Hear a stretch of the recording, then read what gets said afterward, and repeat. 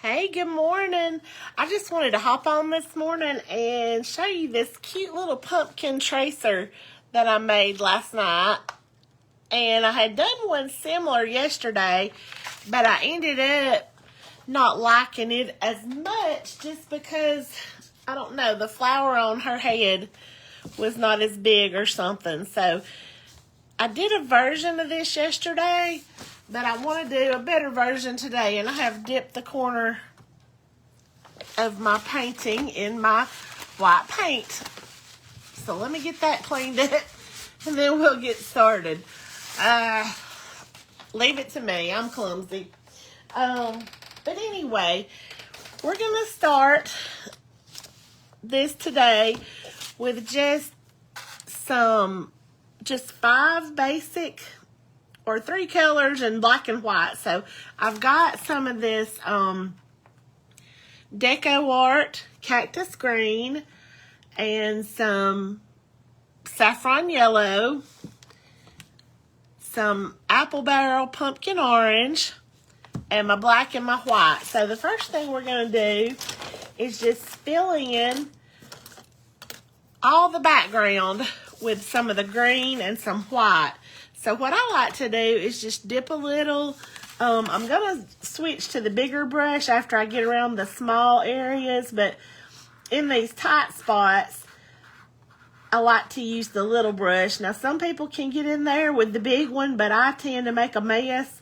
So around all these leaves and stuff, I'm just going to get in with the little brush, and then I'll switch to my 1-inch, which is what I really like doing most background stuff with.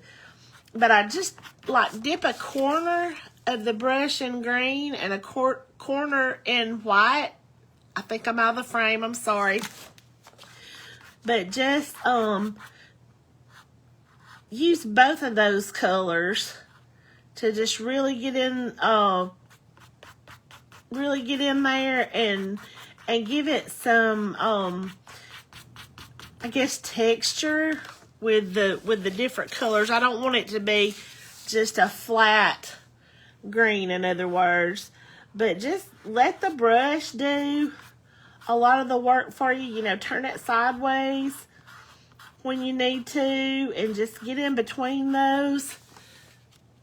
It'll go a lot faster once I switch to my 1-inch brush, but for now, I just want to make it easier.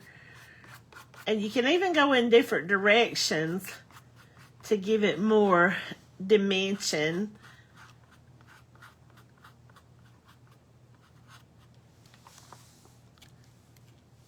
And there's just a good bit of florals on here. So filling those in is really going to be the hardest part, because once we get started just going good with the bigger brush, it'll fly by. And I tried to make this a really simple tracer where we didn't have a lot to get into tight places, but you know, having some spots that are hard to get into is just unavoidable. And if it's too tight, you can't even use one of these little tiny little round brushes. That's okay to do too. So if it comes to that, we will also use one of those. For my paint parties, I've been doing 3 main brushes, like this little 1/4-inch brush I'm using now. I don't know the paint brush numbers. Like, you hear people talk about a 6 or an 8 or whatever. I don't really know those terms. That's kind of Greek to me.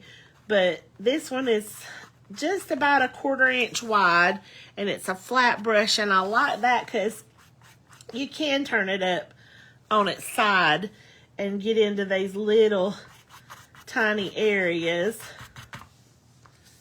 And I see that I've missed some over here, so let me get in there and fill that in. And when we start on these leaves for the eucalyptus, we're just going to mix in a little black and make a deeper green, because I like to do things to where you can just mix your colors and not have to use so many different colors for most things. I you know, sometimes I do like to get into a lot of multiple colors, but especially for paint parties, it just seems like it goes better if you just kind of use a couple or a few at a time. So what I'm planning on doing with this tracer is, I know that there's been several of you who follow my King Gap Creatives page that have said, you know, you'd like to come to a paint party, but right now I just don't have a good place to host one. So all the ones I've done so far have been hosted by somebody else at a place provided by the hostess. And at some point, I am hoping to get a space. I thought I had one figured out, and it just didn't work out. But in the future, that is real high on my priority list. But until then, I really would like to figure out a way that you can still paint with me, even if you're not able to host a party and I'm not able to provide a place. Maybe we can do some virtual things together. Now, I will say, the thing I like best about a paint party is the connection that you make with the other painters and just the fun that you have. And you know, sometimes people say I'm not really shy because I fake real good.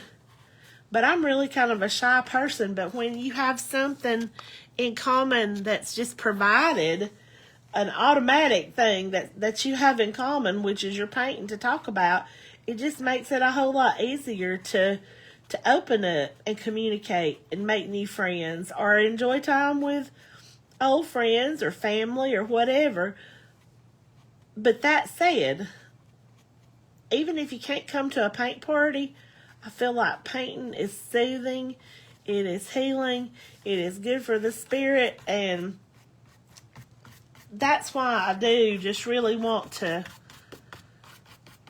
get something going so that anybody that wants to can participate, whether they can host a party or not. So now that we've gotten into most of the small places, there's a couple left, but I'm going to switch to my 1-inch brush.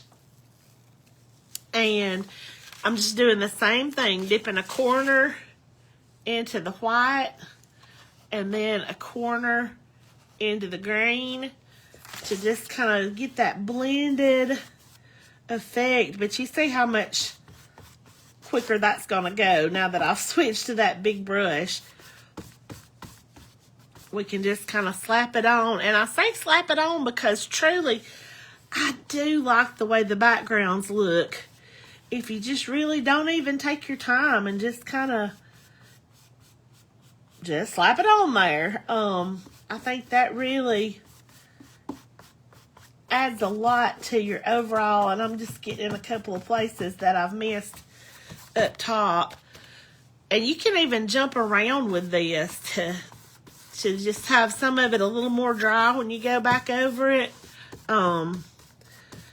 But the main thing you're doing right now, we're not going for any kind of perfect background.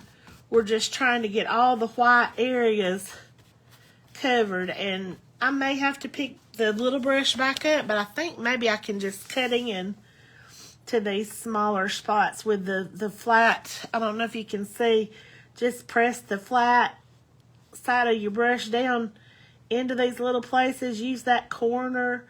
Just let it glide along the curves and just mainly let the brush do the work for you.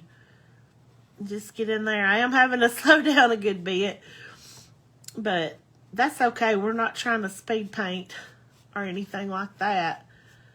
Now let's get on into these little places. Are y'all having a good morning? So far I am. I went for a walk at the community center this morning, and I told my husband it felt like I was walking in a dishscape or something. It was so pretty. Have y'all seen those, the dishscapes, where it's just all these pretty seasonal scenes? And I like those better than I like watching TV. Not that I have a whole lot of time for either, but when my daughter and son-in-law are over, she really enjoys watching the dishscapes. So I see a lot of them when they're here, and they're just really nice. And that's what this morning felt like. There was just a nice, gentle breeze, and the leaves were falling, and it just made for some really good walking conditions. I think the temperature was like 59 or something when I got up there. Just nice. So right there, that's a little spot, but I think we can do it. I just keep seeing places that I missed, but we'll get them. And I don't know if you can see, but right here where it's kind of streaky white, I'm leaving that because I like that look. If you like it a little more blended, hey, that's fine too. It's all about what you like. Because for any painting, even when you start with a tracer, like I have tracers for all my paint parties, just to give you a starting point. But still, it's important that you take that painting and make it your own. Like, you don't want it to be just like somebody else's. Well, I mean, maybe you do, but I never have. I like to put my own little spin on something. So that's part of the fun of it, is just getting to be creative and do what you want to do. I'm trying to move this back a little bit to get in the frame. I am not good at staying in the frame. I apologize for that. But we just want to cover up all the bare spots.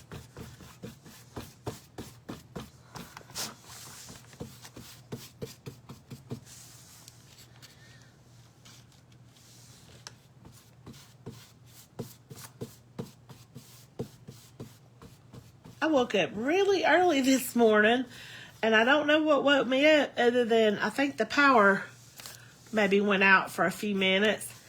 And then I was just going to lay back down till it got daylight enough to go walking. And I ended up going back to sleep and sleeping later than I like to.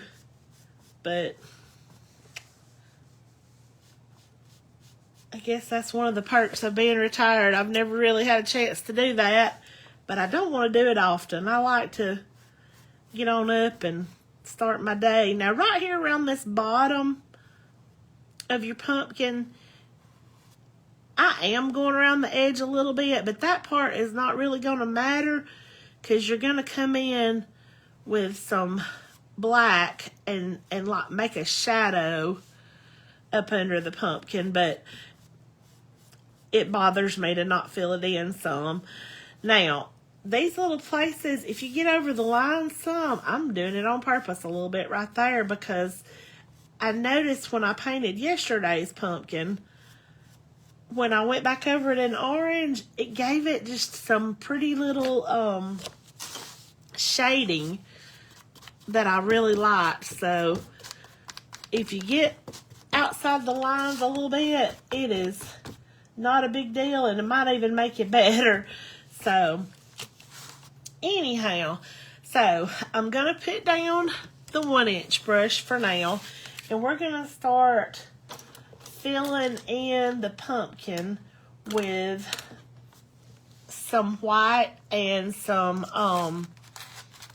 pumpkin orange. Now, you'll notice I do have some green down in my white from where I was dipping a corner of each. So avoid where there is the green if you can. But just start kind of smoothing on the orange and the white. And I think you're going to be able to see your lines for the pumpkin segments well enough that even if you paint over those lines, it is going to be okay. I think you can still see good enough to,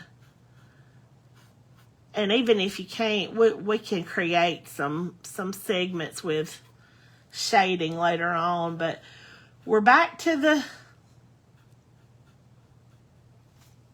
part where you have to try to get down in the little parts. And again, if you don't feel like you want to do it with this 1/4-inch brush, grab you up one of these little tiny ones and get in those little corners with that. It's okay. It just takes a little longer, but again, we're not trying to speed paint or anything like that.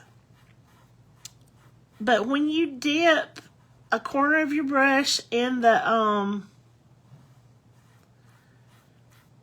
pumpkin orange and a corner in the white, it just gives you this nice blendy little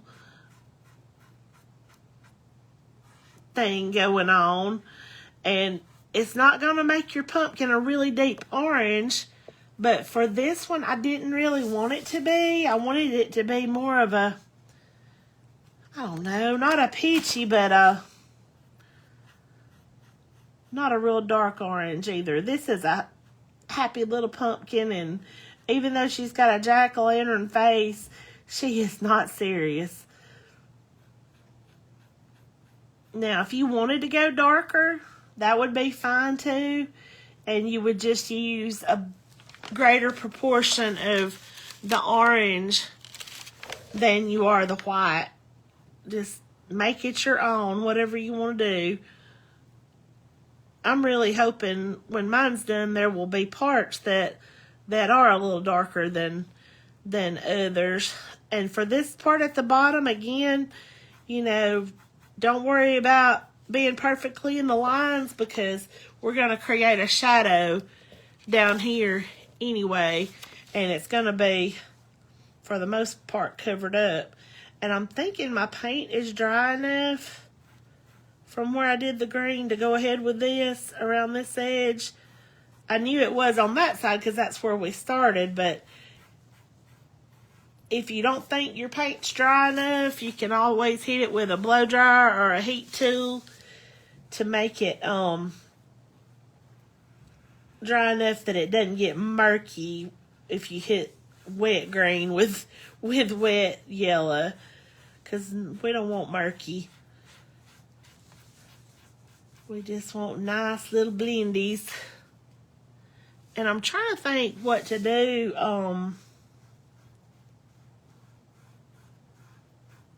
Like, what was I going to say? I just lost it. Oh, in the, to give us a little shading in the segments, what color, we might just mix a little tiny bit of that black into our orange just to make it just a little bit darker. Sometimes one of my favorite colors to use on an orange pumpkin for the shading is burgundy. I think burgundy just works so very well with orange to kind of bring the highlights together. I have to think about this part and not get the paint in the wrong. I don't want to get orange in the eyes, nose, or mouth here of the jack-o'-lantern face. Although, it would be okay if you did, because they're going to be black with just a little bit of highlight anyway. So, you see, I'm over the line there, but it is okay. And I'm going to put this tracer on my website. I don't know if I'll get it done today, but I'm going to get it somewhere where you can access it if you want it. And I'll try to make a post about that. That's the thing when I do this, is remembering what I'm supposed to do later. Y'all, sometimes I worry. My memory is not great, but I will do my best. But I had a really good time making this tracer. I got the inspiration from somebody that I follow, and I was going to just wait until she released her version, but you know how it is when you just kind of get excited to paint something and you don't want to wait. So I just got on there and made mine last night. I did it with my iPad using the Procreate app, which I love, love, love.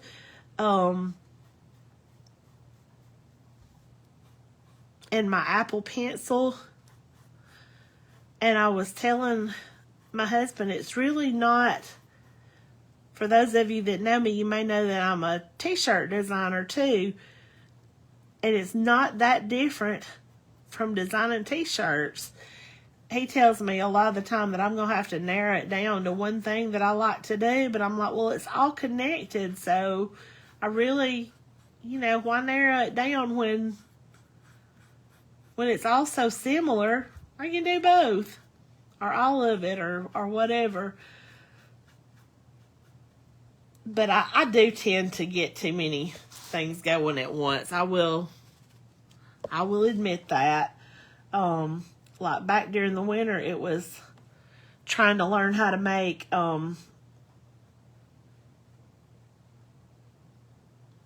furniture, and I'm still really, really interested in that. But I am not the best furniture builder ever by any means. I mean, I'm not even the best painter for that matter. But I'm really not great at building furniture. And I think, I don't know. I think maybe my husband's amazed at what I don't know when it comes to building or even measuring. So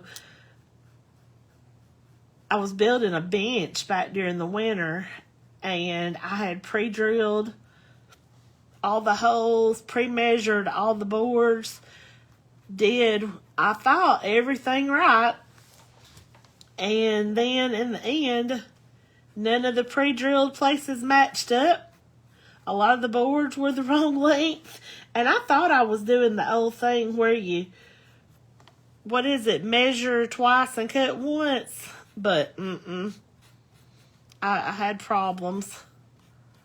So, let me see here. Trying to get that all filled in. Okay, so I think that's filled in good enough. So now, I'm just going to rinse my brush. And we're going to start on the leaves of the eucalyptus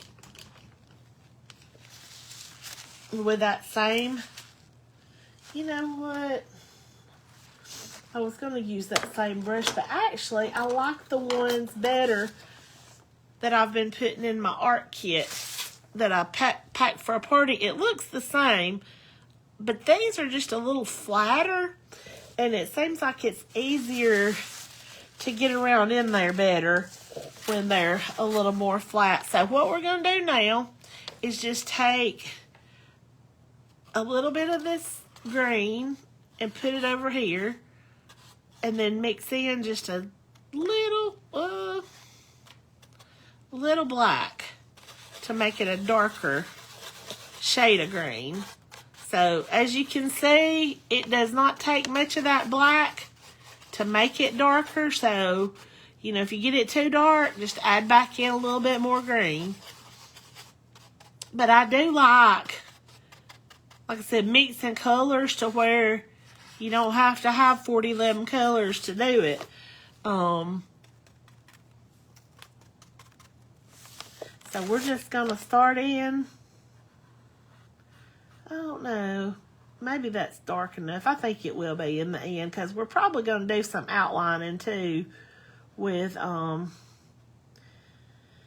either a little liner brush or I've got a small little Posca pen. I don't know if y'all have used those yet, but they are the best thing ever when it comes to outlining or just really doing a lot of things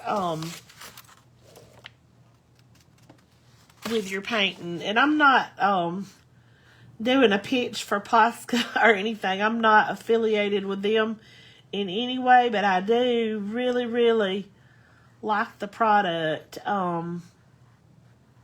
Especially if you're not real comfortable lining with a brush, it just really gives you a lot of control. It's almost like you're just like coloring or drawing or something instead of painting. And I do like having that much control. But for these leaves, just turn your brush up on the side, and you don't have to stay perfectly inside the lines. I do recommend that you try not to get over into the, which I did right here, too much into the sunflower, because I don't know if that yellow is going to cover really good over this green paint. But if you get over the edges onto the lighter green, that is perfectly okay. And even if you get into the sunflower petals, we can always use some white to prime that if we need to. But I'm just trying to stay off those as much as possible. Now, right here, you do kind of really have to look to see what's eucalyptus and what is sunflower. But just kind of notice how the petal pattern kind of flows, and I think you can pretty much tell which is which. These little bitty ones are going to be your dark green because they're your eucalyptus, and the bigger leaves are your sunflower petals. And I see a little spot right there that really should have been that light green because it's background, but I missed that, so we'll have to go back and fill that in a minute. But I wanted to get done with this first. But just turn that brush up on the edge and let it work for you.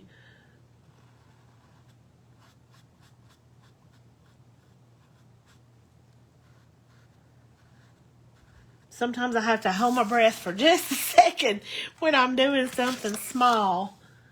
But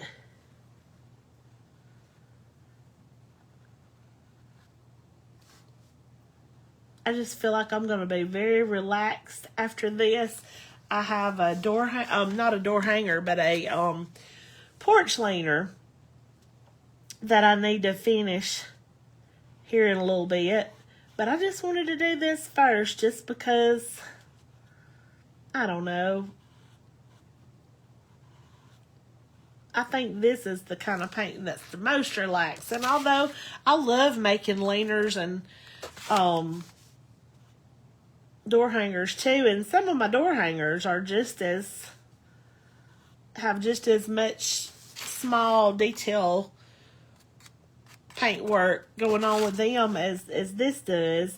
But this leaner that I'm working on, it's more laser cut letters, and there are some hand painted elements on it. I'm doing some sunflowers and things like that, but I don't know, it's just different than doing this. Okay, so I'm leaving that little white spot right there that we're going to have to come back to.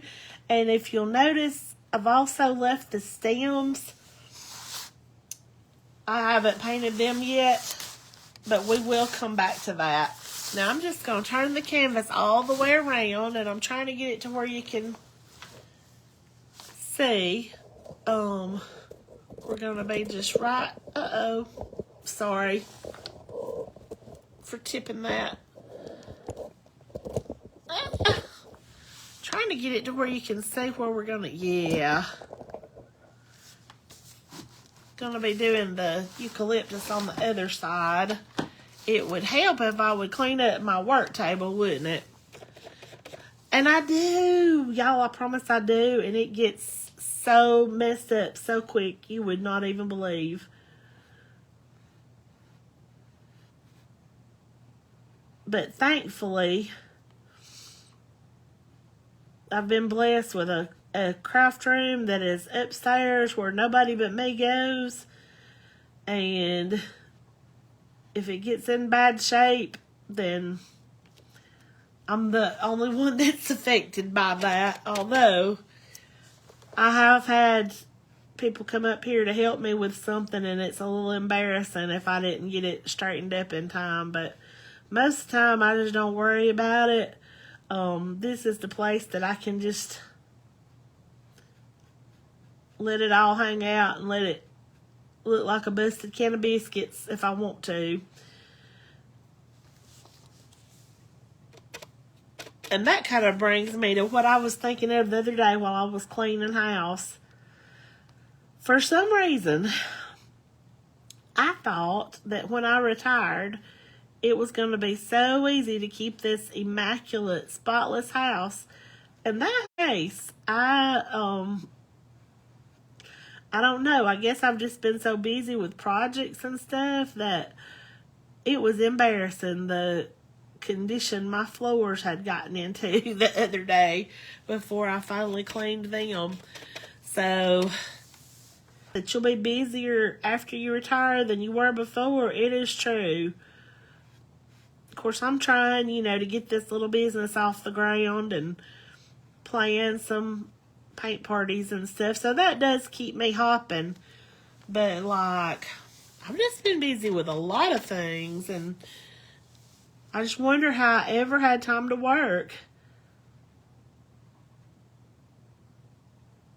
And I may end up at some point getting me another job. But for right now, I feel like this is something that I've wanted to try for years and did not have the opportunity. I went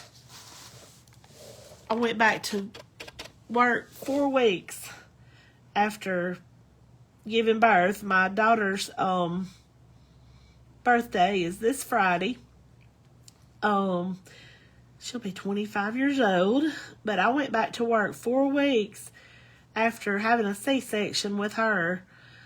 And, I just feel like I've done my time with, I won't say a real job, but a job that didn't really give me the freedom to have a lot of creativity and things of that nature, to where I feel like I just owe it to myself to see if I can make something of this thing that I'm doing now. So, okay. Enough of that. Let's get back to painting. But what we're going to do next is do this flower with the saffron yellow. Was that saffron? Yeah, saffron yellow. I'm just going to rinse my brush really good, because I had 2 of those little brushes that I'm really fond of up here, and I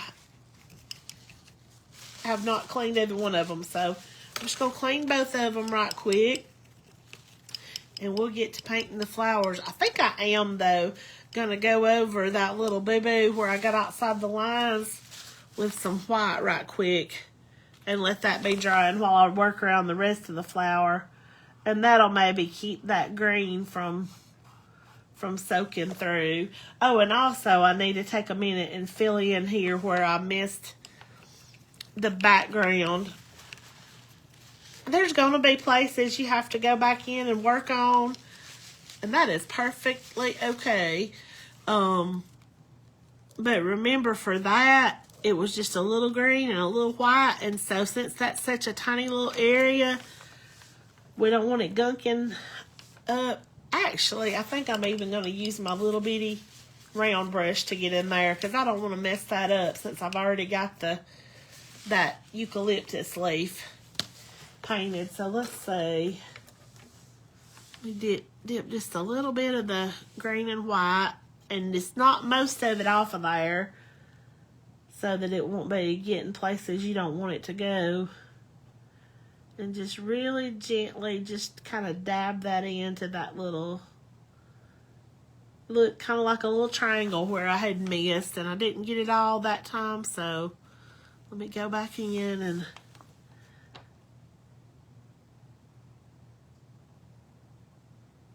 sorry, I'm holding my breath. Yeah, and just fill that in. And now we are ready to get started on some flower petals. And the original inspiration piece for this, I'm not sure that it was even a sunflower, but I decided since it's fall, a sunflower might be a fun way to go with this. And so that's what we're going to do. We're just going to take our little saffron yellow here and start filling in the petals. And again, you can, if you feel like you need a smaller brush, go for it. It doesn't matter what kind of brush you use as long as you get the job done. But I do like these little 1/4 inch, whatever size they are in real painting terms, I don't know. But flat brushes, because you can angle them and they're stiff enough to like get in those edges and things like that.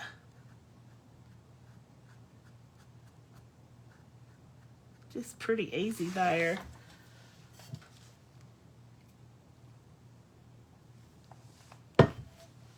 Get me a sip of coffee. I hadn't even finished drinking my coffee. I usually like to get up in time to where I can just sit and sip my coffee while I do something else. But this morning I feel like I had fiddled around too long, so I needed to just come on up here before I'm a sipper. I can't guzzle coffee. So I just brought it on up here with me.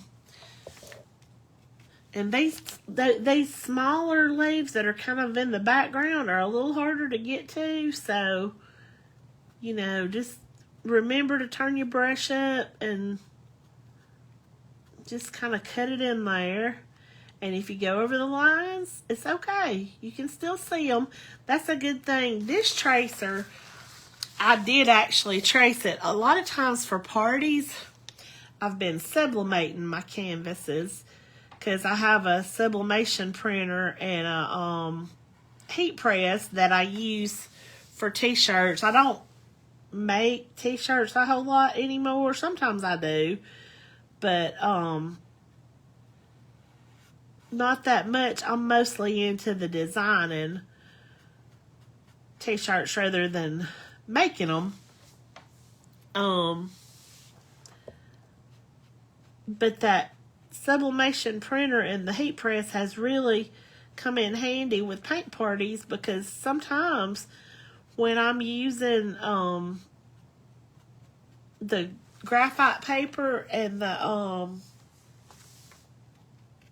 just a pen to transfer a tracer onto a canvas, you know, doing just one, that's one thing. But if you're doing 10 at a time or whatever, that really makes my hands start hurting, and I guess I'm just a wimp, but like, I prefer to sublimate them.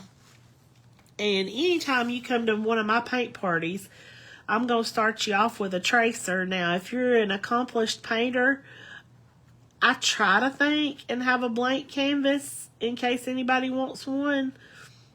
I don't know that I will always remember that, but you know, if anybody doesn't want the tracer, that's definitely optional. But I feel like most people feel more comfortable having something to start with. And if you'll notice, I'm going on the big petal first and getting a lot of the paint off before I go to the smaller one, just to keep my paint from gunking up. And I might go a different direction for a minute, but then I smooth it back out that way.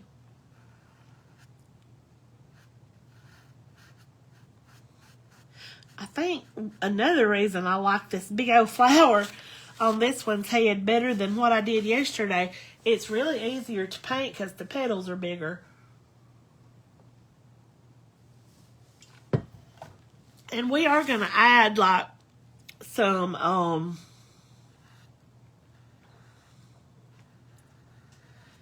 details to our florals that were not on the tracer, but it's not going to be anything crazy. It's going to be something super easy. And like this middle, if you get over in the middle of it, hey, that is really not a big deal because it's going to be a darker color than the petals are.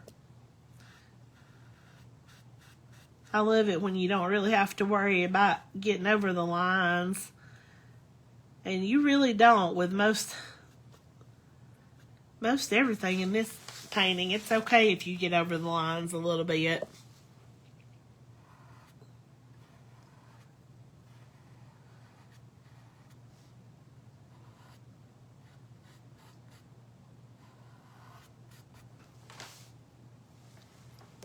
I'm just being pretty sparing with my paint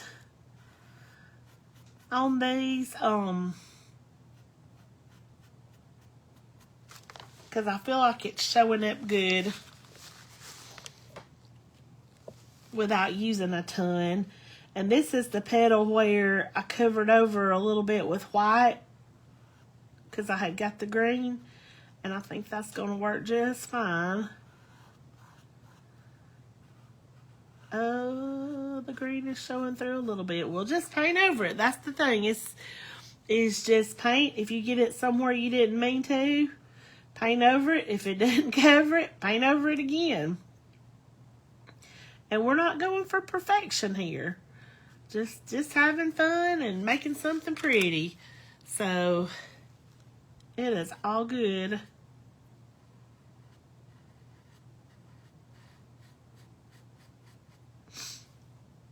Getting in that little tip there. And we're going to outline, I don't know if we'll outline all the leaves here, but we're going to outline the flower. So that's really going to make a big difference. And you can't really judge what a piece is going to look like until you get all your outlining and highlights and everything done, because those last few steps make such a humongous difference. It's unreal how much just a little something like that can make your whole painting look. So, I had said that we were just using the orange, the yellow, and the green along with the black and white, but we may use a little brown in that center. I think sometimes I can mix a good brown. Sometimes I can't. So I think for this time, I'm going to jump in here with this dark chocolate. And I'm just going to use what's in the cap of my paint bottle to get in that. And then we're going to add some cute little lines in a few minutes. They were on the tracer, but I didn't trace them because I felt like they were probably going to get covered over with paint, and it's something that I think we can freehand pretty easy without having to have it traced out.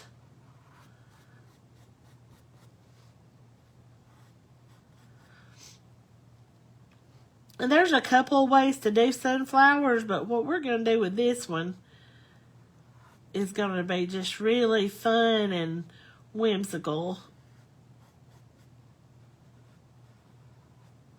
You can make them look more realistic. There's all kinds of ways to do it. You can even take the end of your paintbrush and take a lighter color and some black too and type in some dots, but we're going to do it a little different today. So what we're doing next is we're going to fill in the jack-o'-lantern face. And I've got me another one of these little flat 1/4 inch brushes to do that. We'll start with the eyes.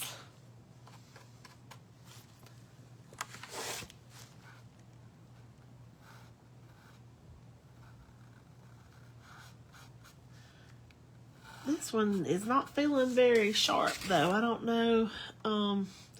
Sometimes these brushes do get a little worn out. A lot of times though, you can get them back to where they ought to be with some studio soap and just kind of flatten them with your fingers and let them dry that way.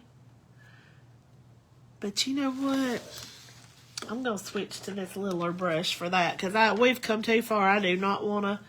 I think this is a number 2 brush, whatever that means, but it's little anyway. So we're just going to use it to kind of get in these eyes. Sometimes I wish that I did know a little more about painting terminology. Sometimes I regret that I didn't have the opportunity to go to art school or something. But, you know, I feel like everything in life happens for a reason. And there's a reason that I ended up doing the job that I did for so many years. For those of you that don't know me, I'm a retired school counselor. I never was a teacher. I was only a school counselor, and I did the same job for 25 years. And I hope one day when I get to heaven, I understand what that was all about, because there were so many times I wanted to quit. And I never stopped loving the kids. Like, I don't know if I did anything else right in that job, because I always felt like I was a square peg trying to fit in a round hole. But I hope if I didn't do anything else right, that at least the kids knew that I loved them, because I did and do. I'm just not there anymore. And, you know, but at the time that I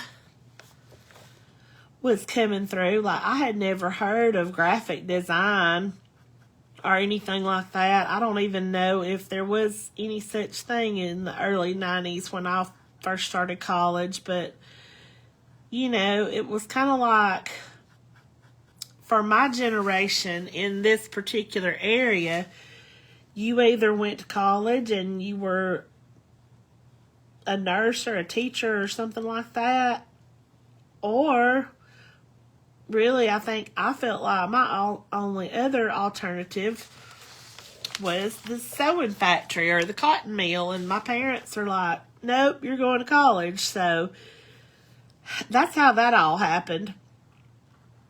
And I do feel like school just kind of traumatized me, because I still have panic dreams, or anxiety dreams, I guess you could say, about being back in school. Just the other night, I dreamed that I was back in college, and that I had not been to class the whole semester. Didn't even know where the classroom was, but I knew that the next day was the final, and I knew that I was going to fail. And it was so real. Like, I just about woke up in a panic. I'm like, I'm not going to get to graduate because I've blown off this class. It was terrible. But I think sometimes that's what happens when you're meant to be a creative and you're kind of in a job where, or in a classroom, either one, where you don't really get to unleash that. I don't know. And I'm not complaining. My profession was good to me. It's let me retire early. But now I'm just hoping that I can make a go of a creative business so that I don't have to go back to work in a job that is, for lack of a better word, stifling to me. And being a school counselor was not always stifling. It had its moments where it was very rewarding and fun, and especially getting to go into the classrooms and teach large group lessons. That was probably my favorite part. It's just, in the last few years, just things had changed so much that I felt like this is not what I signed up for. And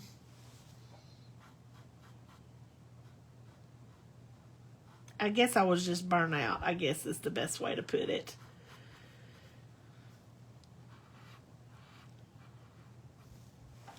And sometimes, even though, like I said, it was good to me, sometimes I just find myself just thanking the Lord that I don't have to do that anymore. I know that sounds terrible. And again, I loved the kids. I always loved the kids. There was just a lot to it. So anyway, how did I get going on that when we're just painting a fun little jack-o'-lantern? Enough about that. I guess I just said all that to say I wish there had been more opportunities that I had known about or been aware of way back when for creative souls to make a living doing what they love to do. So anyway, because I see women all the time now that are rocking it, and I don't know if I ever will be one of those women, but I'm going to be giving it my 100% best effort. Okay, so we've got that almost filled in. See how that little brush just kind of goes up in there and does a really good job. And what we're going to do now, this part is what I was saying that you could do with this Posca pen if you want to. And it's the outlining part. I am actually, though, not going to use the Posca this time because I really want to outline in black, but I don't want it to be too pronounced. So I'm taking this little round brush to do my outlining. I don't know what size or any of that stuff, but just this little bitty round brush, and it's got a little bit misshapen, but I think I can fix that with my just getting some paint and swirling it on to there. But I'm going to start just going around the center of the flower. Just doing a little outline. And what I like to do with this, and that's one reason I didn't want to use the paint pen, using the brush lets you put as much or as little pressure as you want. It's just more, I guess, flexible. And but there's nothing wrong with the Posca, and you can even get different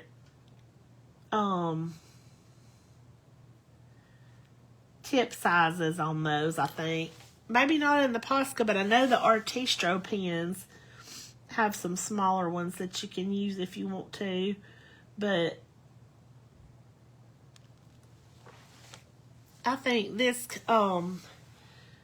little brush does a pretty good job.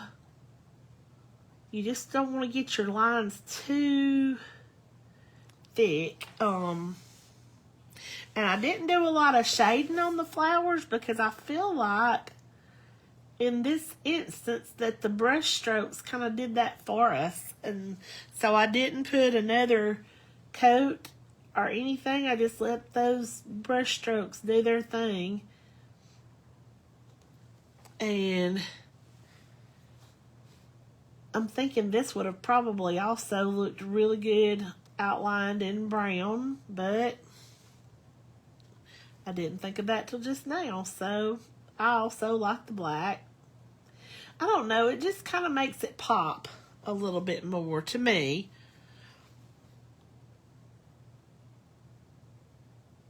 And you do have a good bit of control with this little bitty brush because it is little bitty, and you can kind of, while we're at it though, I'm going to make a stem for that eucalyptus. And I think I will go around those, just since they are so close to the color of the background, just to bring them out a little bit. And those brush strokes don't have to be perfect. You're just giving it a little pop. But if they're a little bit wobbly, sometimes that's even better. It kind of like gives some interest. You don't want it to look like it was pre-printed. If you wanted something like that, you could go to Hobby Lobby, and nothing wrong with Hobby Lobby. I love Hobby Lobby, but I like something that has some real character too. And plus, you know, if you're painting this, and even if you can see the little baubles, you can look back at it and say, you know what, I painted that, and it is a good feeling. It's so much fun to do something creative, I think. So see how much better those little lines are making this whole thing look? And probably, I'm going to end up turning it. It just makes it easier to work on and keeps me from getting my big hands in the paint where I've already been.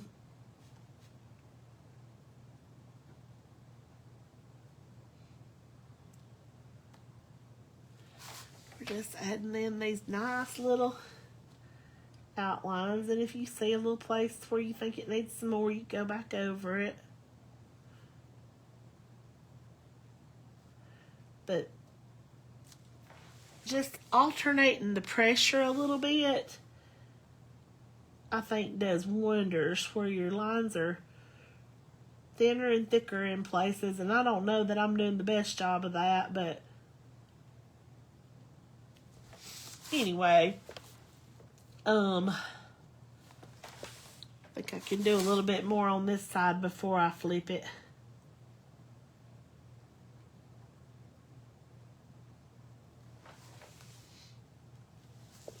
I've got paint all over my fingers. That's the thing about acrylic paint though, it does come off so easy.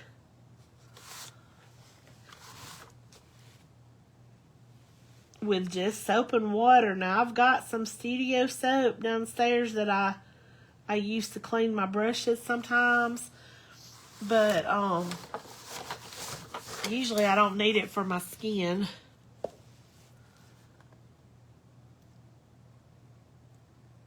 I only tried oil paint one time, but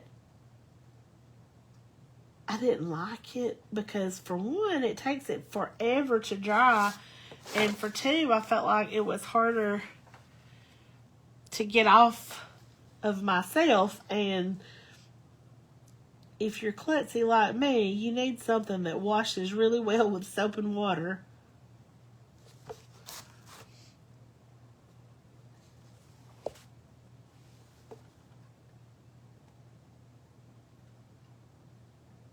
Okay, I think I am going to need to turn it now and get around that other side. I just need another sip of coffee though.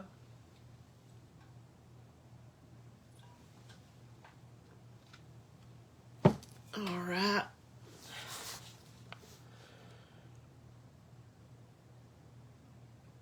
Usually when I'm working up here, I don't have coffee, I have water. And usually I just bring just a plastic bottle of water up here. But we have discovered something here lately that is so good. And I do love plain water too. But we've discovered that the sugar-free Sunkissed drink mix, and add a little lemon to that. It is so good. Like, it's addictive. I've gotten to where every night I have to have a big glass of it. It is so good and so refreshing, and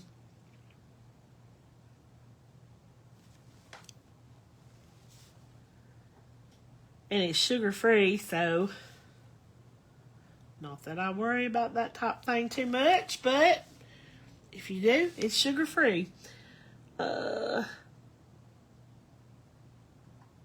But we've been using one of the big Yeti cups and adding in like, I think usually two packets of the grape drink mix and just a big squirt of the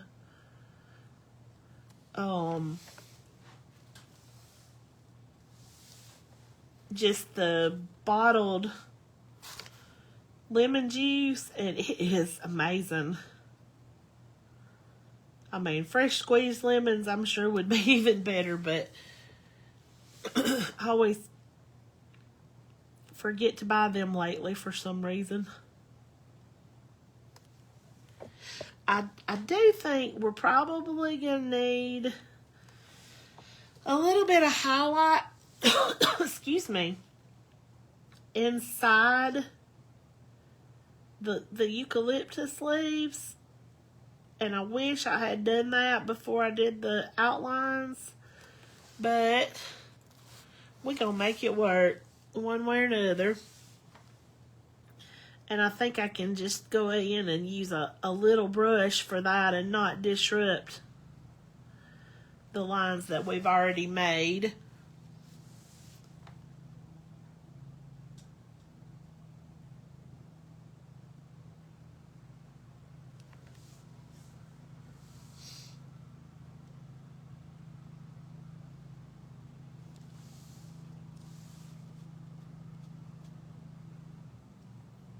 Have y'all carved any pumpkins this year? We have not. It's, I guess, a little early for that anyway, but I haven't even bought any.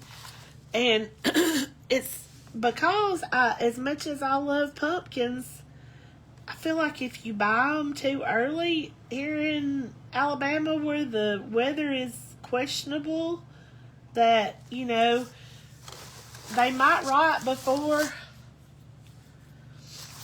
Thanksgiving or before Halloween even. So I just haven't bought any this year. But I'm just kind of going just lightly down each of these sections just to kind of give it a little, I don't know,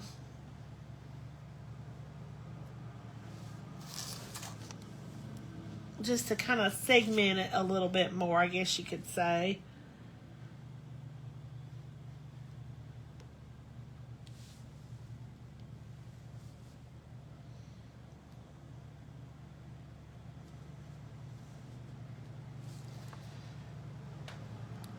We're actually getting really close to being done.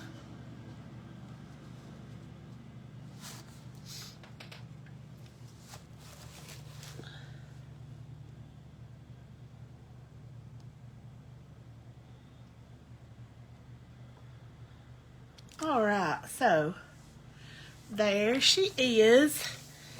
Now, we're going to go down, sorry about that. I can't seem to get it.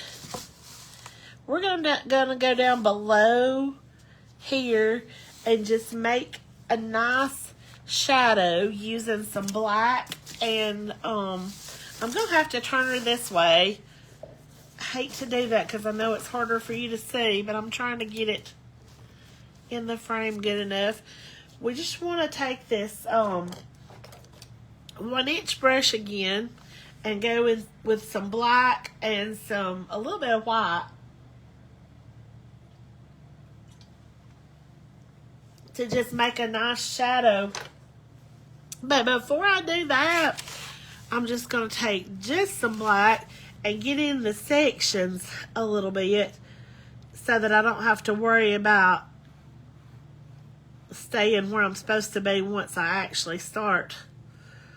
And you know, don't come up too far, but just a little bit, just like she's sitting on top of something. And then just fill in under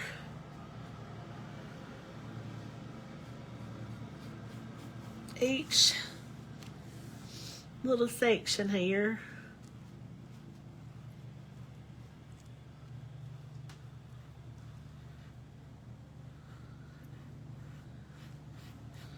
And then out toward the edge.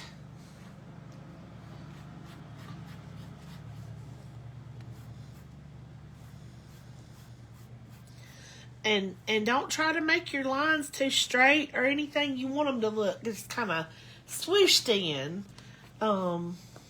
Just kind of. So let's grab this. My bristles for that had gotten kind of stiff, so I'm just getting them a little more flexible, and just get a good bit of paint on here. You can use a good bit and just swoosh it on there, just kind of to make it look. And if your green shows through a little bit, that's okay too. It's just mostly supposed to be like a shadow, and you don't want it to look too flat. You want it to have some depth and dimension. That's what some of the ladies in my party last Tuesday night were talking about, the different ways to give it some dimension, and some mixed in some different colors and just did some very creative and pretty things with theirs, which I loved. That's what I'm talking about, you know, when I say make it your own. It's good to just do you and make it what you want it to be. So I'm going to take just a little bit of white now and a little bit of black, and just dip my brush a little bit in each corner, just to again give it some depth and give it some dimension. A little more white, I think.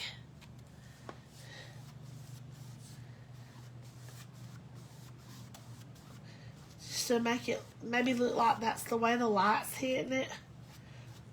I'm not the best with shading and things like that, but you know, it is better like that than just flat, I think. Okay, so now we want to go in to the eyes and the nose and the mouth a little bit to kind of make it look like the pumpkin rind. Pumpkin shell? Pumpkin rind? I don't know. But let me hit this a little bit, sorry, with this dryer. I know this is a terrible smell, but we're going to try this. I said a terrible smell, didn't I? I meant a terrible noise. I'm crazy, but I apologize for the bad noise.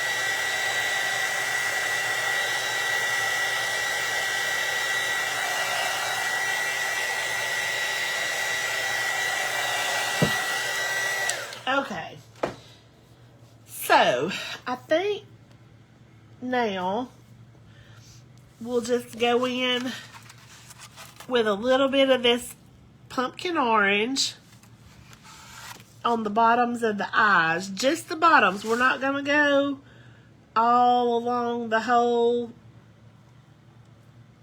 eye. Just right here in the bottoms, just to make it look like that's where you carved your pumpkin's eyes. And I am using a little small brush for that. And I don't even necessarily want it. Let's see how it looks with one coat of this. I think one coat may do it. But just try to get down in the corners if you can. You might need that little round brush, but you might can do it with this. Yeah, I think we may need this one more coat up here, but let me get the mouth first and then we'll do that.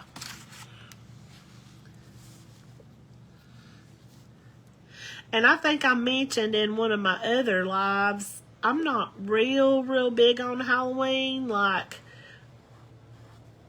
I think the way we celebrated as kids, and like I hate to even say celebrated, participated, was not like the evil thing that I feel like it has become in some circles. It was just fun. Like, I think it was more like what I've heard my parents describe as serenading. They called it serenading when they were kids. People would dress up and go and play tricks on people and maybe sing to them, maybe stop up the the chimney of their house. That's terrible, but it's kind of funny. And I think they didn't do it just at Halloween. I think that was a thing that people might do through the year. I don't know, but that little bristle is not wanting that right. But anyway, just all in good fun, like. So I'm not offended by jack-o'-lantern, but I also don't do like scary movies and things like that, because I feel like once that stuff's in your brain, it's hard to not think about. And I've already shared that I am bad to have nightmares, so I'm not going to purposely put anything in there that's going to come back to bite me later. Life is hard and scary enough without scary movies. But if you like them, that's you. I'm not judging at all. I'm just saying, me personally, I don't do scary. But just going to fill in just a little bit right there, because that's the spot I just think I didn't get enough. And from here, we're just going to do a little bit of shading. So I'm going to rinse out one of these 1/4 inch brushes again. And dip a little in the green and a little in the white. Just corner for corner. Making sure not to get, and I want to get most of that paint off there before I ever hit that, just to do kind of like a little dry brush. And I'm just going to do a little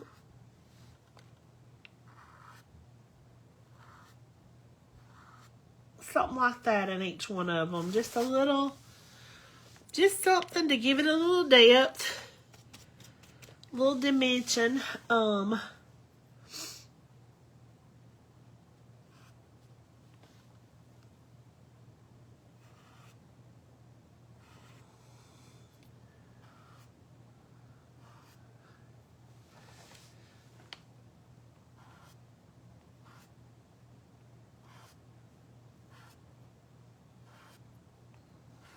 See, I didn't even have to hardly dip after that first or second time.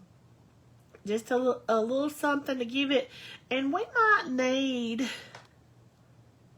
maybe just a little bit of white on that, on those, what am I saying? flower petals. So we're going to dip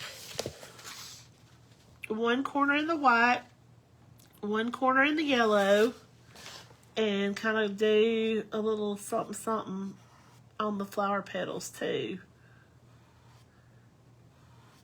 And just blend it till it looks right. And dip it again, one corner in the white, and keep the white corner to the same edge every time if you can. It's not a huge big deal, but it does look, I think, better like that. And maybe dip about every third petal, something like that. One corner in the white, one corner in the yellow. And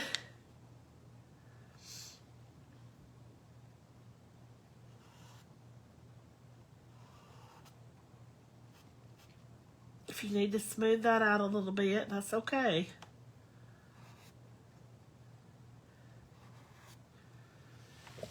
And see how much though that shading helps, even though I really stink at shading, I think, especially compared to a lot of people that's been doing this for a really long time. But just giving it a little bit of a glow up, I guess, a little bit of light hitting it, just really improves the appearance of your flower. So for the pumpkin though, I think what it needs is a little bit of a darker something, since it is a very light colored pumpkin. So what I would like to do with that is take, where did it go? Take another one of these 1-inch brushes and just go straight into my pumpkin orange and knock a lot of the paint off of it though before I, almost like a dry brush thing again, and start close to the top and just swoosh it down and just kind of blend it out till it feels right.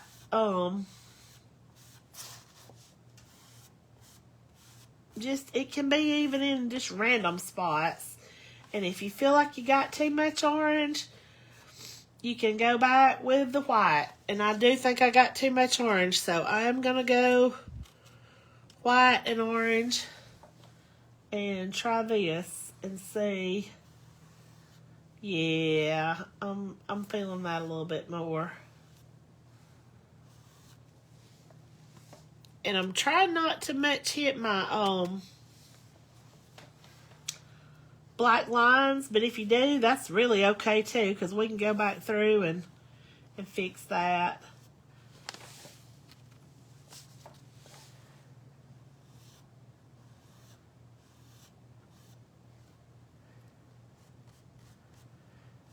But just give her a little bit of highlight here and there.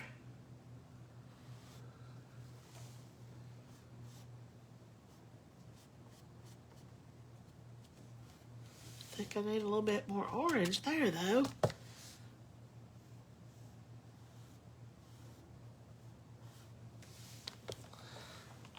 Okay, I'm liking her. Oh, I know what we need to do, but I want to look at the picture that we started with before I do this.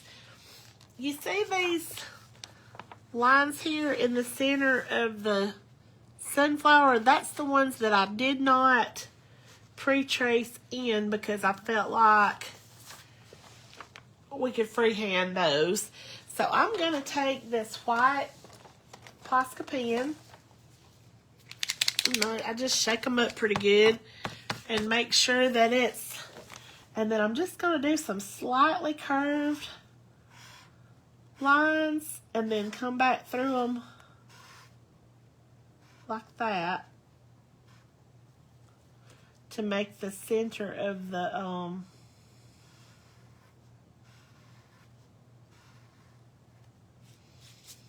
sunflower.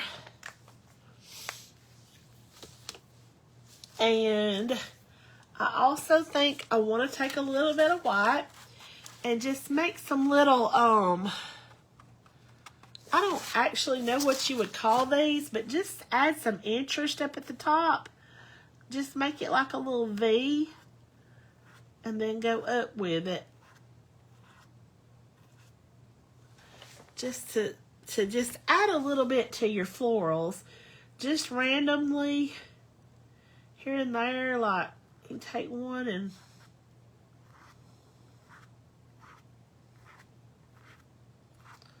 I like these because they're so easy to do. And it does just seem to add just a little something. I think I heard somebody one time call them duck feet, but just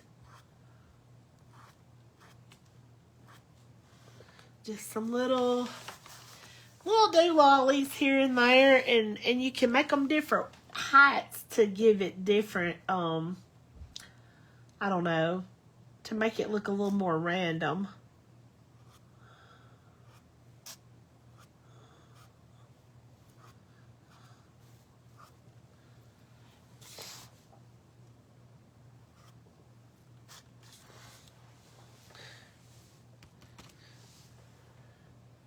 And you can even have them go in different directions.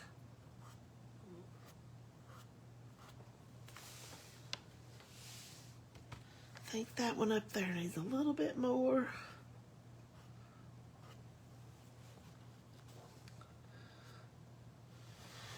Yeah, I think. And then I'm just gonna take a little brush. Well, yeah, maybe another one of these 1-inch brushes, and just kind of do some little, just a little blobbing. I don't know, just something to kind of confuse the eye and make it a little more interesting. Just a few little blobs here and there. You could also take the end of your brush to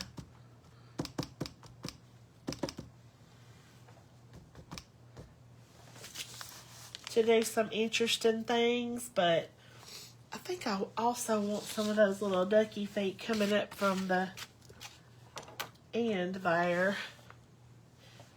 So let me rinse that brush.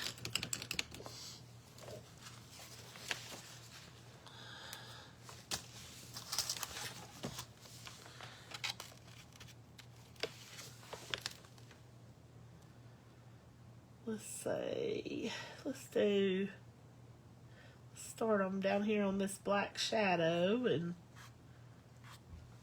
just let them come up a little.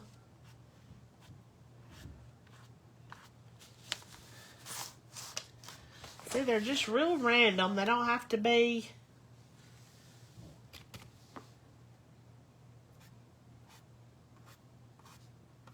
anything uniform at all. And I think you can really overdo if you're not careful. So I'm going to stop right there. Last thing I am going to do is trace over these lines again on our sunflower, because it seems like that brown is wanting to bleed through a little bit, and that's just because it's a darker color.